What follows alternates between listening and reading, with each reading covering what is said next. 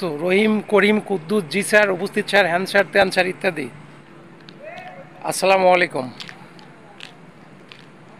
গত 21 তারিখে ঢাকায় মাইলস্টোন স্কুল অ্যান্ড কলেজে যে অনাকাঙ্ক্ষিত ঘটনাটি ঘটেছে এতে আমরা সকলেই অবগত আছি, যা এখনও অবধি সোশ্যাল মিডিয়ায় ঢুকলে আমরা জানতে পারি, যে দৃশ্যগুলো এখনও দেখলে ভেতরটা কেঁপে ওঠে। সম্প্রতি সোশ্যাল মিডিয়ায় একটি বিষয়ে খুব আলোচনা চলছে, আলোচনা সমালোচনা, সেটি হচ্ছে লাশ গুম করা হচ্ছে, অর্থাৎ কতজন এই পৃথিবীর মায়া ছেড়ে চলে গেছেন, মহান আল্লাহ পাক কতজনকে নিয়ে গেছে, কতজন শিশুকে নিয়ে গেছে, এটি নাকি গুম করা হচ্ছে, অর্থাৎ হিসাব লুকানো হচ্ছে। দেখুন, আমি এই বিষয়ে আমার মতো করে দু একটি কথা বলি। সেটি হচ্ছে, নিঃসন্দেহে শিক্ষা প্রতিষ্ঠানে রেজিস্টার থাকবে, অ্যাটেন্ডেন্স থাকবে। আমরা যখন স্কুলে পড়েছি সেই সময় তো খাতা ছিল, খাতাতে নাম ধরে ডাকতো রহিম, করিম, কুদ্দুস, জি স্যার, উপস্থিত স্যার, হ্যান স্যার, ত্যান স্যার ইত্যাদি। তো এখনকার তো আধুনিক যুগ, এখন তো নিঃসন্দেহে ফিঙ্গার কিংবা আইডি কার্ড, পাঞ্চ আইডি।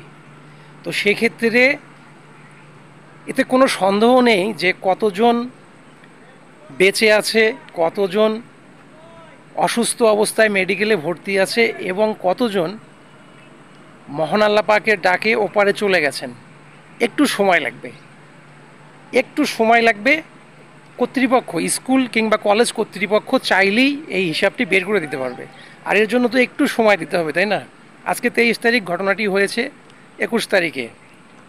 তো এখন অবধি তো হচ্ছে এই জিনিসগুলো গুম করার কোনো কারণই নেই, এটা গুম করতেই পারবে না। যে বিষয়টি নিয়ে সোশ্যাল মিডিয়ায় খুব চিল্লাল্লা হচ্ছে, আন্দোলন হচ্ছে, দেখুন এটা গুম করার কোনো প্রশ্নই আসে না। কেননা এটা গুম করতে পারবে না, সম্ভব নয়।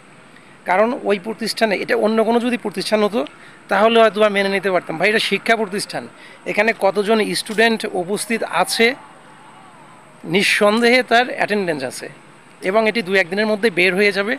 তো আমার মতে সোশ্যাল মিডিয়ায় এই বিষয়টি নিয়ে এত চিল্লাহাল্লা, চিৎকার চেঁচামেচি, আন্দোলন না করে আগামী দিনগুলোতে যেন এরকম অনাকাঙ্ক্ষিতভাবে কোনো ঘটনা না ঘটে সেই বিষয় নিয়ে আলোচনা করা উচিত, এটা আমি মনে করি।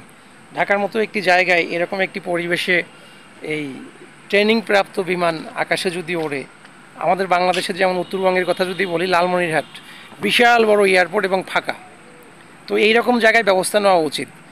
আন্দোলনটা এটা নিয়ে করুন যে আগামী দিনে যেন আর এরকম অনাকাঙ্ক্ষিত কোনো ঘটনা আমাদেরকে না দেখতে হয়, সেই বিষয়টি নিয়ে আন্দোলন করুন।